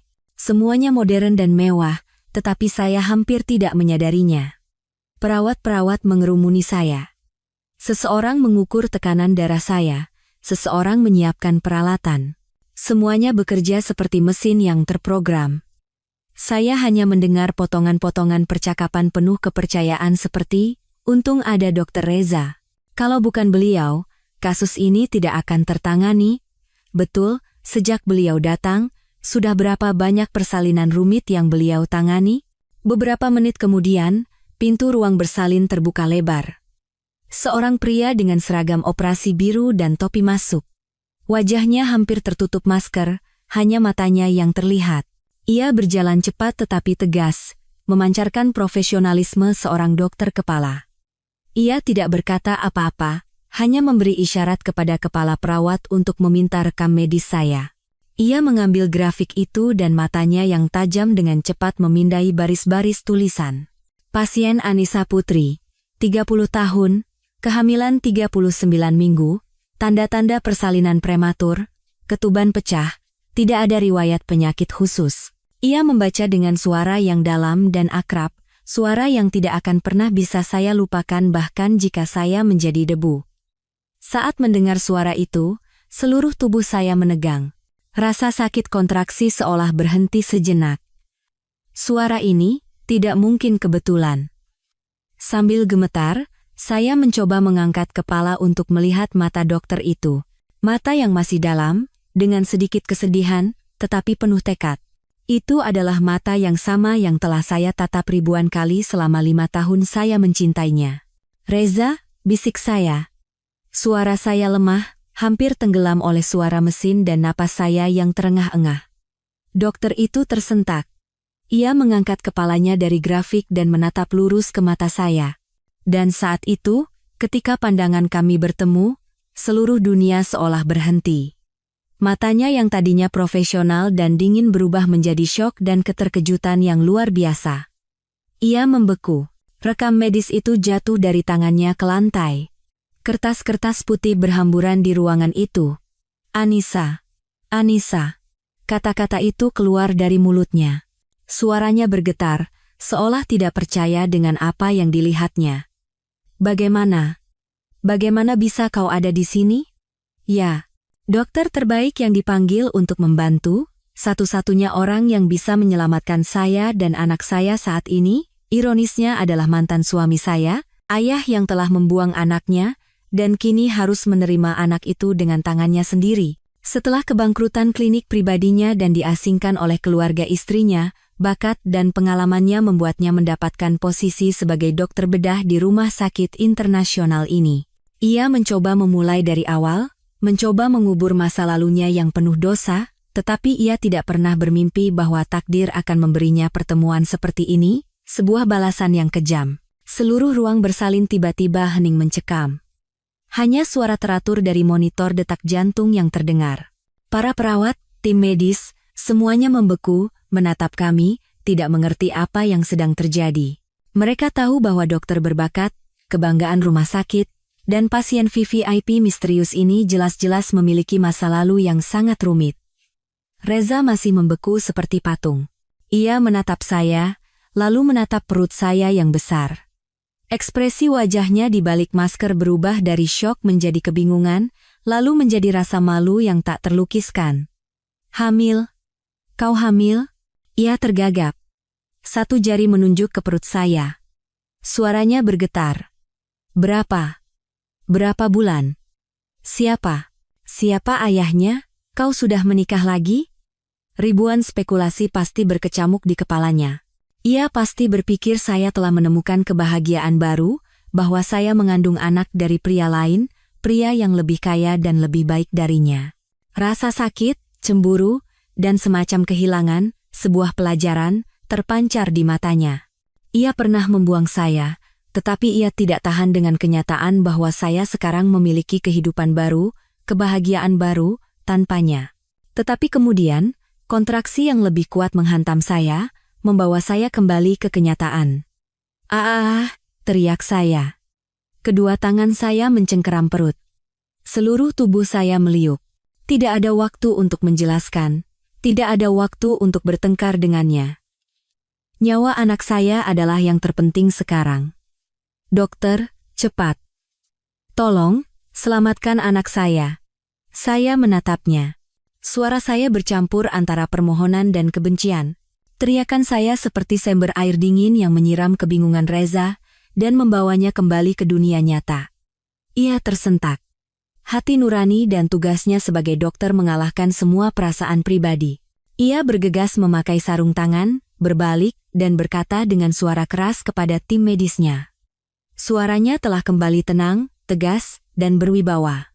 Semua kembali ke posisi, detak jantung janin menurun, tekanan darah ibu naik. Siapkan alat bantu persalinan berisiko tinggi, cepat. Seluruh tim segera bergerak, cepat dan profesional. Reza membungkuk ke arah saya. Ia bukan lagi mantan suami yang penuh dosa. Ia kembali menjadi dokter yang bertanggung jawab. Ia melepas maskernya, memperlihatkan wajah yang lebih kurus dan kuyu dari sebelumnya. "Anissa, dengarkan aku," ia menatap lurus ke mata saya. Suaranya tegas namun anehnya menenangkan. Kau harus benar-benar tenang sekarang. Lupakan semua perasaan pribadi, pikirkan saja anakmu, tarik napas dalam, hembuskan. Bagus. Percayalah padaku. Apapun yang terjadi, aku akan membawa anakmu keluar dengan selamat. Mengerti? Saya menatap matanya. Mata yang sama, tetapi kini tidak lagi menghindar atau penuh rasa bersalah, melainkan dipenuhi janji dan tekad seorang dokter. Sambil menangis, saya mengangguk. Betapa ironisnya. Di saat ini, pria yang harus saya percayakan nyawa saya dan nyawa anak saya adalah pria yang telah mengkhianati saya, tapi saya tidak punya pilihan lain. Persalinan itu luar biasa sulit dan berbahaya. Seperti yang diperkirakan, karena posisi sungsang dan persalinan prematur, saya hampir kehabisan tenaga setelah berjam-jam berjuang melawan rasa sakit. Ada saat-saat ketika saya merasa tidak akan sanggup lagi. Kesadaran saya mulai memudar, tetapi kemudian suara Reza terdengar tegas dan kuat di telinga saya, "Ayo, Anissa, jangan menyerah. Sedikit lagi, demi anakmu. Pikirkan anakmu." Ia memanggil nama saya. Ia seolah menyalurkan kekuatan kepada saya melalui kebenaran yang baru saja ia sadari. Dan dengan usaha terakhir, setelah saat-saat kesakitan yang tak tertahankan, sebuah tangisan meledak. Oe, oe, oe. Tangisan yang jernih dan kuat seperti musik terindah di dunia, memecah suasana tegang di ruang bersalin. Anak saya telah lahir. Seorang putra yang tampan dan sehat dengan berat 3,2 kilogram. "Selamat, Bu," seru seorang perawat dengan suara gembira. Saya menghela napas lega. Seluruh ketegangan di tubuh saya mengendur. Air mata kebahagiaan mengalir di pipi saya. Tetapi ketika saya melihat Reza, saya melihatnya berdiri tak bergerak. Ia menggendong makhluk kecil berwarna merah muda yang dibungkus handuk putih. Ia menatap anak itu, lalu menatap saya. Matanya terbelalak karena syok dan emosi yang tak terlukiskan. Ia melihat wajah anak saya, wajah yang sangat mirip dengannya. Mata, hidung yang mancung, bahkan bentuk telinganya. Semua keraguan lenyap, tidak perlu tes DNA. Sekali lihat saja sudah jelas. Darah dagingku. Anak ini. Bisiknya dengan suara bergetar. Mirip denganku. Lalu ia menatap saya. Matanya dipenuhi keraguan, tetapi juga harapan. "Anissa, katakan yang sebenarnya. Apakah ini benar-benar anakku?" Saya tidak menjawab, hanya tersenyum. Senyum yang lelah tetapi puas. Keheningan saya adalah jawaban yang paling pasti. Saat itu, Reza benar-benar hancur. Ia bukan lagi dokter yang tenang dan kompeten. Ia hanyalah seorang pria, seorang ayah yang dihadapkan pada kebenaran yang kejam dan rasa bersalah yang tak tertahankan. Ia telah membuang istrinya tanpa tahu bahwa wanita itu mengandung darah dagingnya. Ia telah melewatkan seluruh perjalanan suci 9 bulan, dan kini, ia harus menerima dengan tangannya sendiri anak yang telah ia buang dengan kejam. Tidak ada hukuman yang lebih kejam dan lebih pahit dari ini. Ia berlutut di tengah ruang bersalin, di samping tempat tidur saya. Ia masih menggendong bayi itu dengan hati-hati, seolah-olah itu adalah harta karun kecil yang berharga. Ia menundukkan kepala, bahunya bergetar. Ia menangis, air mata penyesalan seorang pendosa. "Maafkan ayah. Maafkan ayah, nak. Maafkan ayahmu." Ia terus mengulangi kata-kata itu di tengah keheranan seluruh tim medis. Momen kelahiran dan tangisan pertama anak itu adalah momen ledakan semua emosinya, rasa bersalah, penyesalan, dan kebahagiaan yang terlambat. Tapi ia tidak tahu, di luar, badai lain, badai kecemburuan dan iri hati, sedang bersiap-siap untuk menghancurkan momen suci dan tragis ini. Setelah persalinan yang dramatis dan penuh air mata, saya dipindahkan ke ruang pemulihan VVIP. Sebuah ruangan yang seumur hidup tidak pernah saya bayangkan. Itu lebih mirip suite presidensial kecil daripada kamar rumah sakit. Semuanya ditata dengan elegan dan mewah, dengan jendela besar yang menghadap ke langit biru jernih dan taman rumah sakit yang tenang. Putra saya, malaikat kecil berwarna merah muda, tidur dengan damai di boks bayi kristal yang indah di samping tempat tidur saya. sesekali bergerak sedikit. Saya berbaring, tubuh saya sakit dan lelah karena persalinan yang sulit, tetapi hati saya dipenuhi kebahagiaan dan kedamaian yang belum pernah saya rasakan sebelumnya. Saya berhasil. Saya telah berjuang sendirian. Saya telah membawa anak saya ke dunia dengan selamat. Semua rasa sakit, semua penghinaan di masa lalu seolah meleleh setiap kali saya menatap wajah tidurnya. Mengenai Reza, ia tidak pergi bahkan setelah menyelesaikan tugasnya sebagai dokter. Ia berdiri diam di sudut ruangan seperti bayangan bisu, matanya terus-menerus tertuju pada kami berdua, ibu dan anak. Tatapan itu dipenuhi penyesalan, kesedihan, dan kerinduan yang mendalam untuk mendekat dan menyentuh anaknya, tetapi ia tidak berani. Ia tahu ia tidak lagi punya hak untuk itu. Di luar, badai lain, badai kecemburuan dan iri hati, sedang bersiap-siap untuk menghancurkan momen suci dan tragis ini. Setelah persalinan yang dramatis dan penuh air mata, saya dipindahkan ke ruang pemulihan VVIP. Sebuah ruangan yang seumur hidup tidak pernah saya bayangkan. Itu lebih mirip suite presidensial kecil daripada kamar rumah sakit. Semuanya ditata dengan elegan dan mewah, dengan jendela besar yang menghadap ke langit biru jernih dan taman rumah sakit yang tenang. Berita bahwa Dr. Reza Mahendra, suami dari Nona Karina Tirtayasa, telah menangani persalinan seorang pasien VVIP misterius yang ternyata adalah mantan istrinya, menyebar dengan cepat. Mungkin ada seorang perawat yang tidak bisa menjaga mulut, atau mungkin itu adalah permainan takdir lainnya. Dan berita ini, seperti api, sampai ke telinga Ibu Hartati dan Karina. Bagi mereka, ini bukan sekadar kebetulan, melainkan sebuah penghinaan, sebuah provokasi, sesuatu yang tidak bisa dimaafkan. Setiap kali saya tidak sengaja meliriknya, ia buru-buru menunduk, menghindari tatapan saya. Rasa bersalahnya menyiksanya. Ia mencoba mengucapkan beberapa kata permintaan maaf, tetapi saya tidak menjawab. Bukan karena saya masih marah, tetapi karena saya tidak tahu harus berkata apa, semua kata terasa tidak berarti pada saat itu. Tapi kedamaian yang rapuh ini tidak berlangsung lama. Badai yang telah saya antisipasi akhirnya meletus, lebih dahsyat dan tidak masuk akal dari yang saya bayangkan. Matanya menyala-nyala seolah ingin melahap saya hidup-hidup. "Beraninya kau muncul lagi di sini?" teriak Ibu Hartati terlebih dahulu. Suaranya yang melengking menggema di seluruh koridor, membuat dokter dan pasien di kamar lain menengok. "Anakku sudah mengusirmu, beraninya kau masih menempel padanya. Trik apa yang kau gunakan untuk membuatnya menangani persalinanmu di sini? Kau pikir dengan membayar kamar mahal ini kau bisa jadi siapa? Hah? Dasar wanita jalang tak tahu malu." Karina langsung menuju ke tempat tidur saya. Ia menatap saya dengan jijik, lalu menatap putra saya yang sedang tidur. Tatapannya dipenuhi racun. "Oh, sudah punya anak juga, ya? Selamat," katanya sinis. "Jadi penasaran siapa bapaknya? Cepat juga ya, baru sebentar diusir sudah bisa punya anak dari laki-laki lain. Atau jangan-jangan ini memang sengaja kau jebak? Menggunakan anak haram ini untuk menghancurkan keluarga kami dan merebut Mas Reza kembali?"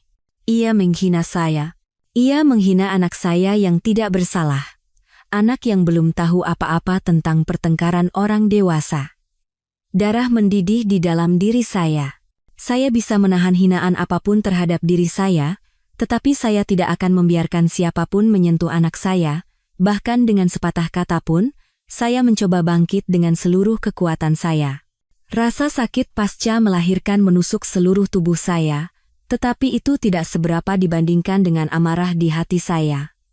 "Keluar sekarang. Ini kamar rumah sakit, bukan pasar tempat kalian membuat skandal." "Skandal? Hari ini aku akan memberimu pelajaran," teriak Ibu Hartati, mengabaikan para perawat yang mencoba menahannya. "Kau pikir dengan membayar kamar VIP kau bisa jadi siapa? Jangan mimpi bisa merebut Reza dari menantuku. Karina sedang mengandung cucuku. Tidak ada tempat untukmu dan anak harammu." "Ibu, Karina, apa yang kalian lakukan di sini?" Reza, yang sejak tadi diam di sudut, akhirnya tersadar. Ia berlari ke depan, berdiri di depan saya dan anak saya seperti perisai, merentangkan tangannya seperti induk ayam melindungi anaknya. "Ini rumah sakit, bukan rumah. Diam dan keluar dari sini sekarang. Beraninya kau membelanya." Ibu Hartati berbalik dan mencengkeram baju putranya. Kuku-kukunya yang tajam menancap di dadanya. Kau tahu tidak, seluruh lingkungan membicarakan kita karena dia. Mereka bilang kau main serong dengan mantan istrimu. Kau masih anakku. Cukup, teriak Reza, putus asa dan sakit. Untuk pertama kalinya dalam hidupnya, ia meninggikan suara kepada ibunya. Saya sudah cukup menderita. Saya sudah berbuat salah. Saya sudah kehilangan segalanya. Saya tidak mau berbuat salah lagi. Ibu, Karina, pergilah. Tidak mau. Hari ini aku akan memberi pelajaran pada perempuan ini. Akan kutunjukkan apa itu sopan santun. Jerit Karina. Rasa cemburu telah melumpuhkan akal sehatnya. Ia mendorong Reza dan menerjang ke arah boks bayi tempat putra saya terbaring. Anak saya mulai bergerak dan menangis karena kebisingan itu. Ia hendak melakukan sesuatu pada anak saya.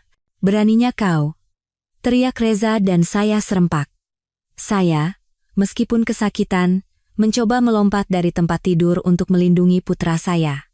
Tapi tepat di saat yang mengerikan itu, saat tangan Karina hampir menyentuh anak saya, sebuah suara dingin dan berwibawa terdengar dari pintu, "Hentikan segera." Seluruh ruangan seolah berhenti. Semua orang menoleh ke arah pintu. Di sana berdiri seorang pria berjas hitam dengan tas kerja. Wajahnya sangat serius. Itu adalah asisten dan pengacara pribadi saya, Pak Darmawan. Ia tidak datang sendiri. Di belakangnya ada 2 pengawal besar berseragam dari perusahaan keamanan profesional dan 2 orang petugas polisi dengan wajah yang sangat serius. Kemunculan tiba-tiba pengacara dan polisi membuat ibu dan anak itu terkejut. Siapa kau? Kenapa kau di sini? Gagap Ibu Hartati. Semua keberanian kasarnya lenyap, digantikan oleh kebingungan dan ketakutan. Pak Darmawan bahkan tidak meliriknya. Ia berjalan lurus ke arah Karina, yang masih membeku di samping boks bayi. Ia mengeluarkan sebuah map tebal dan sebuah tablet. "Apakah Anda Nona Karina?" Tanyanya dengan suara sedingin es. "Saya adalah pengacara yang mewakili klien saya, seorang investor besar. Kami telah mengumpulkan bukti lengkap mengenai tuduhan korupsi tender, pembuatan dan penjualan obat palsu, serta penggelapan pajak senilai ratusan miliar rupiah yang dilakukan oleh Tirtayasa Pharma milik ayah Anda, Bapak Suryo Tirtayasa." "Apa?" Karina ternganga. Wajahnya pucat pasi seperti kertas. "Bohong. Ayahku berbisnis dengan jujur. Ini pencemaran nama baik." "Pencemaran nama baik?" Pak Darmawan tersenyum sinis. Ia menyalakan tabletnya, dan di sana diputar sebuah video kamera tersembunyi yang menunjukkan Bapak Suryo Tirtayasa sedang menerima sebuah tas berisi uang suap dari seorang pejabat pemerintah. Semua dokumen, bukti, video dan rekaman ini, serta kesaksian dari para saksi kunci, sudah kami serahkan ke kejaksaan. Mungkin saat ini, ayah Anda, paman-paman Anda, dan semua orang yang terlibat dalam rantai ini sedang diperiksa oleh jaksa. Ia berbalik ke arah petugas polisi. Mengenai Nona Karina dan Ibu Hartati, mereka telah memasuki kamar pasien tanpa izin, mengganggu ketertiban umum, menghina dan mencemarkan nama baik orang lain. Klien saya menuntut agar mereka diproses sesuai hukum yang berlaku. Seluruh dunia Karina runtuh. Ia terhuyung-huyung dan jatuh terduduk di lantai. Ayahnya, seluruh kerajaan farmasinya, kebanggaan dan satu-satunya sandarannya, hancur dalam sekejap. Ibu Hartati berdiri gemetar. Akhirnya, ia mengerti segalanya. Dari kebangkrutan klinik putranya hingga kejatuhan keluarga besarnya, semua ini bukanlah kebetulan. Ada tangan tak terlihat, kekuatan menakutkan yang mengendalikan segalanya di baliknya. Dan kekuatan itu adalah menantunya yang sederhana dan tidak berguna yang pernah ia usir dengan kejam. Ia telah memancing kemarahan orang yang tidak seharusnya ia sentuh. Dramanya benar-benar telah berakhir. Polisi meminta Ibu Hartati dan Karina untuk ikut ke kantor polisi untuk dimintai keterangan. Karina menangis dan berteriak histeris. Ia tidak bisa menerima kenyataan bahwa ia telah kehilangan segalanya hanya dalam 1 hari. Ibu Hartati tidak lagi berteriak, ia diam. Matanya kosong tanpa fokus. Mungkin ia baru sadar bahwa ia telah kalah telak dari menantu tidak berguna yang paling ia benci. Saat mereka digiring keluar dan melewati saya, ia tiba-tiba berhenti, menatap saya dengan tatapan yang rumit, campuran antara kebencian dan ketakutan. "Sebenarnya, siapa kau?" bisiknya. Saya tidak menjawab. Saya hanya menatapnya tanpa kata, dengan tatapan campuran antara kasihan dan ketidakpedulian. Jawaban atas pertanyaan itu mungkin tidak akan pernah ia ketahui seumur hidupnya. Setelah mereka dibawa pergi, di dalam ruangan hanya tersisa saya, putra saya, dan Reza. Ia telah menyaksikan semuanya dari awal hingga akhir, ia mengerti segalanya. Mengapa kliniknya hancur, mengapa keluarga istrinya jatuh, dan ia juga mengerti posisi dan kekuatan menakutkan yang dimiliki oleh mantan istri yang telah ia khianati. Ia tidak hanya kehilangan seorang wanita, ia telah kehilangan sebuah kesempatan, sebuah masa depan yang tidak akan pernah bisa ia dapatkan kembali. Ia perlahan mendekati saya dan berlutut di samping tempat tidur. Gerakan yang akrab, tetapi dengan emosi yang sama sekali berbeda. "Anissa," ia menatap saya, matanya merah karena rasa bersalah dan putus asa. Aku mengerti semuanya. Aku tidak pantas mendapatkan pengampunanmu. Aku bahkan tidak berani memintamu untuk kembali, karena aku tahu aku tidak punya hak lagi. Aku hanya minta satu hal." Ia menatap putra kecilnya yang sedang tidur, yang beberapa jam lalu bahkan tidak ia ketahui keberadaannya. "Biarkan aku menjadi ayah dari anak ini. Beri aku kesempatan untuk menebus kesalahanku pada putraku. Aku tidak akan meminta apa-apa. Aku akan melakukan apa saja, aku akan bekerja seperti budak untuk kalian berdua. Biarkan aku hanya melihatnya tumbuh dewasa, biarkan aku memanggilnya putraku. Kumohon." Ia menundukkan kepalanya hingga menyentuh lantai. Itu adalah tangisan seorang pria yang benar-benar telah kehilangan segalanya. Saya menatapnya. Hati saya dipenuhi emosi yang saling bertentangan. Haruskah saya memberinya kesempatan? Anak saya butuh seorang ayah. Tapi apakah ayah seperti itu? Pria yang pernah dengan kejam membuang kami berdua? Pria yang diam saat kami dihina, pantas mendapatkannya? Saya berpikir lama. Menatap anak saya, menatap pria yang berlutut di kaki saya, dan akhirnya, saya membuat keputusan akhir. "Bangunlah, Reza," kata saya dengan suara tenang, tanpa sedikit pun kebencian. "Kau tidak perlu menjadi budak untuk siapapun, kau tetap ayah dari anakku. Itu adalah fakta yang tidak bisa diubah. Darah yang mengalir di nadinya adalah darahmu. Aku tidak bisa mengambil hak itu, dan aku juga tidak ingin putraku tumbuh tanpa mengetahui siapa ayahnya." Secercah harapan melintas di mata Reza. "Itu artinya, aku boleh menemuinya? Merawatnya? Menjalankan kewajibanku sebagai ayah?" "Tunggu," saya memotongnya. Setelah jeda sejenak, saya menatap lurus ke matanya. Suara saya menjadi tegas. "Hanya sebagai ayah dari anak ini. Antara kita berdua, semuanya sudah benar-benar berakhir pada hari kau diam saat ibumu dan wanita itu menghinaku. Cinta yang tidak dilindungi itu seperti rumah tanpa atap. Tidak bisa melindungi siapapun dari badai apapun." Ia membeku. Ia mengerti saya. Saya bisa memaafkan, tetapi saya tidak bisa melupakan. Luka yang ia dan keluarganya tinggalkan pada saya terlalu dalam dan tidak akan pernah bisa sembuh sepenuhnya. Ia telah kehilangan saya selamanya. Ia hanya akan bisa melihat kebahagiaan kami bersama putranya dari kejauhan, menjalani sisa hidupnya dalam penyesalan dan kesedihan. Dan itu mungkin adalah hukuman terbesar baginya. Itulah akhir dari cerita saya. Sejak hari itu, keluarga Karina secara resmi mengajukan kebangkrutan. Ayahnya dijatuhi hukuman yang sangat berat atas kejahatan yang dilakukannya. Dia dan Ibu Hartati juga diadili atas perbuatan mereka. Reza kehilangan segalanya. Ia kehilangan karier, keluarga, bahkan wanita yang paling mencintainya. Ia membayar harga yang terlalu mahal untuk kelemahan dan ambisinya. Sedangkan saya tidak kembali kepadanya. Saya memilih hidup sebagai ibu tunggal. Saya memiliki segalanya uang, status, tetapi saya sadar bahwa bukan itu yang paling berharga, yang membawa kebahagiaan sejati bagi saya. Itu adalah kehidupan kecil dalam pelukan saya. Itu adalah kebebasan jiwa untuk melepaskan masa lalu yang menyakitkan dan melangkah maju. saya tidak perlu membalas dendam dengan kejam. Karena kedamaian batin saya, kebahagiaan saya bersama anak saya, adalah balas dendam yang paling manis dan paling pahit bagi mereka yang telah mengkhianati saya.